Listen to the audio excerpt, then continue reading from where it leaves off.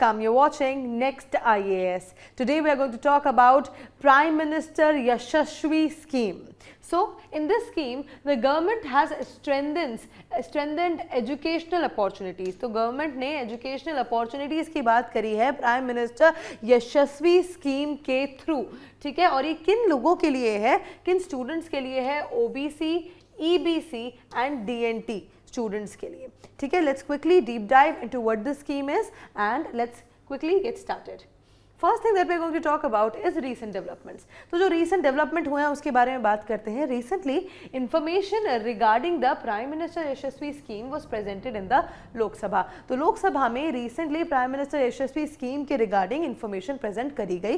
साथ ही गवर्नमेंट ने रीअफर्म किया कि उसका गवर्नमेंट का commitment to strengthening educational opportunities for OBC, EBC and DNT students. तो इन स्टूडेंट्स के लिए बहुत ज़्यादा कमिटमेंट है गवर्नमेंट का एजुकेशनल अपॉर्चुनिटीज़ को स्ट्रेंथन करने के लिए। अब एक बार जान लेते हैं कि ओबीसी, ईबीसी और डीएनटी की फुल फॉर्म क्या होती है।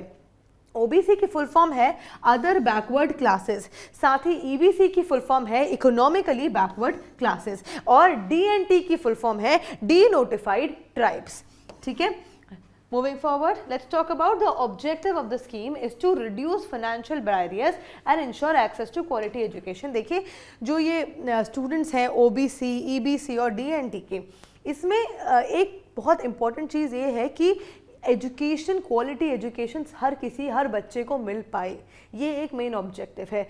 और स्पेसिफिकली इन बच्चों को, क्योंकि फाइनेंशियल क्राइसिस हमेशा होता है ऐसे बच्चों के, और other backward classes, economically backward classes, very important. बहुत there was a lot of debate regarding poverty एक रिजर्वेशन का क्राइटेरिया होना चाहिए, and if you look at it, yes it is now a criteria. Economically backward classes के लिए financial barriers जो हैं वो कम हो सके, इसीलिए ये स्कीम को लॉन्च किया जा रहा है। Moving forward, let's talk about the prime minister Yashasvi scheme. तो इस स्कीम के बारे में थोड़ा समझ लेते हैं। इसकी फुल फॉर्म है प्रधानमंत्री young achiever scholarship award scheme for vibrant India, ठीक है। अब टाइप अम्ब्रेला स्कॉलरशिप स्कीम है ये, और इसका पर्पस है प्रोवाइड करना scholarship assistance at various levels of education. मतलब एजुकेशन के अलग अलग लेवल्स में ये क्या स्कॉलरशिप का असिस्टेंट प्रोवाइड करेंगे, कुछ स्कॉलरशिप्स बच्चों को दी जाएंगी। तो साथ ही चाहे वो हाई एजुकेशन का लेवल हो, चाहे वो एलिमेंट्री लेवल हो, हर लेवल पे इस पे बात होगी और स्कॉलरशिप बच्चों को दी जाएगी। अब इम्प्लीमेंटेड बाय किसके द्वारा ये इम्प्लीमेंटेड है? Ministry of social justice and empowerment, government of India, ठीक है। Moving forward, let's talk about why this scheme is needed. अब इस स्कीम की क्यों ज़रूरत है?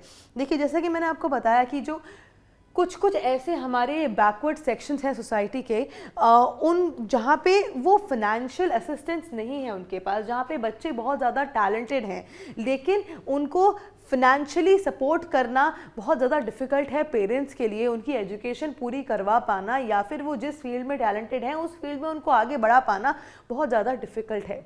और उन टैलेंटेड यंग बच्चों के लिए ये स्कीम लॉन्च करी जा रही है। तो फाइनेंशियल बैरियर्स टू एजुकेशन, देखिए एजुकेशन हर किसी बच्चे का एक राइट है जो उसको मिलना चाहिए, और इसी के चलते गवर्नमेंट ने ये फाइनेंशियल बैरियर्स को हटा करके प्राइम मिनिस्टर यशस्वी स्कीम के तहत बच्चों को शिक्षा दी जानी चाहिए, इसके लिए ये स्कीम को लॉन्च करवा रहे हैं।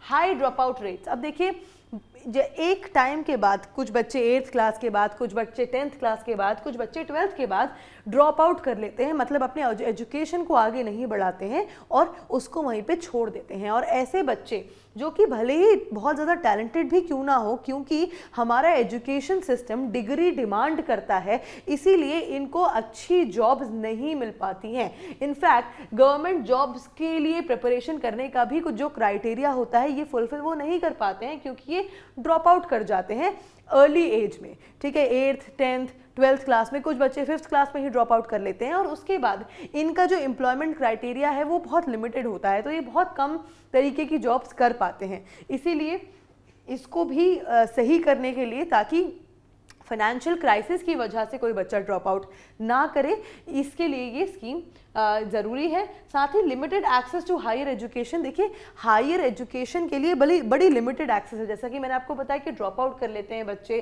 फाइनेंशियल बैरियर होने की वजह से, इसीलिए ये भी इंपॉर्टेंट है। साथ ही सोशल एंड एजुकेशनल बैकवर्डनेस, बहुत ज़्यादा सोशल और एजुकेशनल बैकवर्डनेस है। पेरेंट्स को एजुकेशन का इम्पोर्टेंस नहीं पता है, इसीलिए वो चाहते हैं कि बच्चा छोटी एज से काम करने लग जाए और घर में 2 पैसे कमा करके लेकर के आए, लेकिन अब वो ये नहीं समझ पाते हैं कि एजुकेशनल क्वालिफिकेशन कितनी इंपॉर्टेंट है। भले ही आप बच्चे पे थोड़े समय कुछ पैसा लगाएंगे, लेकिन जो रिटर्न्स आएंगे, जो बच्चा उसके बाद एक अच्छी जॉब करेगा, वो बहुत ज़्यादा इंपॉर्टेंट है। लेकिन क्योंकि ये सोशल और एजुकेशनल बैकवर्डनेस है पेरेंट्स की, वो बच्चों को स्कूल नहीं जाने देते और साथ ही किसी काम में जाने को प्रेरित करते हैं, and that is why this is important.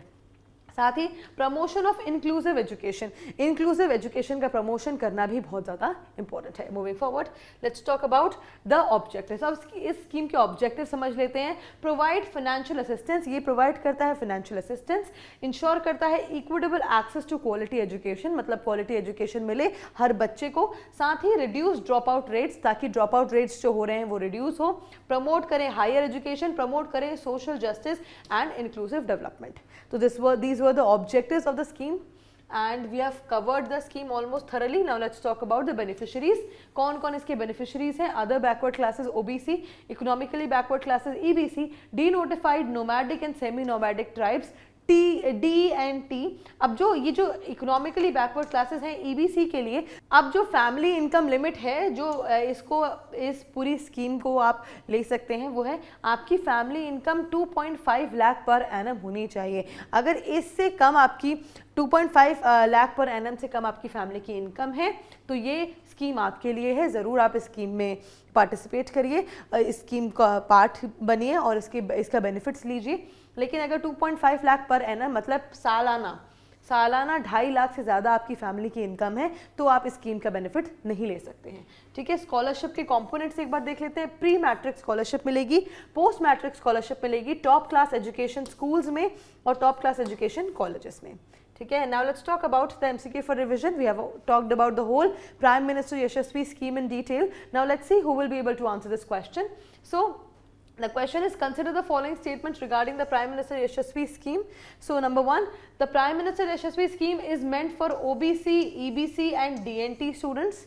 Number 2, it is implemented by the Ministry of Social Justice and Empowerment. Number 3, it provides only post-matric scholarships. Now select the correct answer using the code below. A, 1 and 2 only are correct. B, 2 and 3 only. C, 3 only.